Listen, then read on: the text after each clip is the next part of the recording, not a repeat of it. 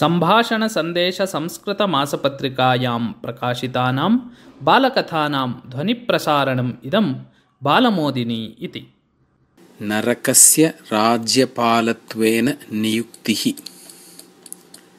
Doctor Rajendra Prasad महोदयः सर्वैः भारतीयैः ज्ञातपूर्वः एव। सः यदा राष्ट्रपतिस्थानं समलङ्कृतवान् आसीत् तदा प्रवृत्ता घटना एषा। एकदा दिल्ली विश्वविद्यालयस्य समारम्भे भागम् अवहत् सः।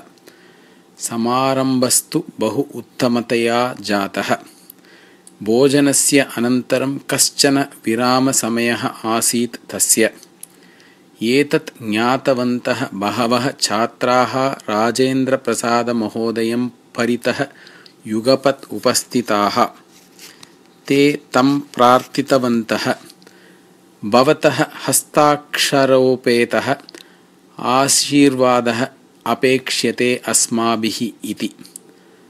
राजेन्द्रप्रसादमहोदयः एतत् सहर्षम् अङ्गीकृतवान्। सः हस्ताक्षरकरणे उद्यतः अभवत्। एतत् अन्यैः अपि छात्रैः ज्ञातम्। तस्मात् ते अपि तत्र उपस्थिताः। अतः अचिरात् एव तत्र महान् सम्मर्दः एव जातः। राजेन्द्रप्रसादमहोदयः तु नेत्रे निमील्य इव स्थित्वा हस्ताङ्गणकरणे मग्नः आसीत्। कश्चन छात्रः तमेव किञ्चित् कालम् अपश्यत्। सः आसीत् अतिबुद्धिमान्। सः स्वस्य पुस्तकस्य उपरि मम सर्वकारः महता सन्तोषेण भवन्तं स्वर्गस्य राज्यपालत्वेन नियोजयति इति लिखित्वा हस्ताक्षराय तत् पुस्तकं राजेन्द्रप्रसादमहोदयाय अयच्छत्। राजेन्द्रप्रसादमहोदयः तत्र लिखितम् अपश्यत्। ततः किमपि अवदन् सः क्षणाभ्यन्तरे एव वाक्यद्वयं लिखित्वा तत् पुस्तकं तस्मै छात्राय प्रत्यार्पयत्। छात्रः कुतूहलेन तत्र लिखितम् अपठत्।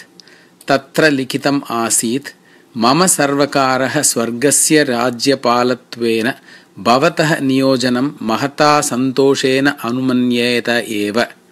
किन्तु खेदस्य विषयः नाम एतावता एव बहवः जनाः एतत् स्थानम् अपेक्षमाणाः तत्र उपस्थिताः सन्ति। अतः तत्र भवन्तं नियोजयितुं नार्हामः वयं। तथापि अलं चिन्तया भवन्तं वयं नरकस्य राज्यपालत्वेन नियोजयन्तः स्मः इति। तत्र लिखितस्य पठनात् तस्य छात्रस्य मुखं विवर्णं जातम्।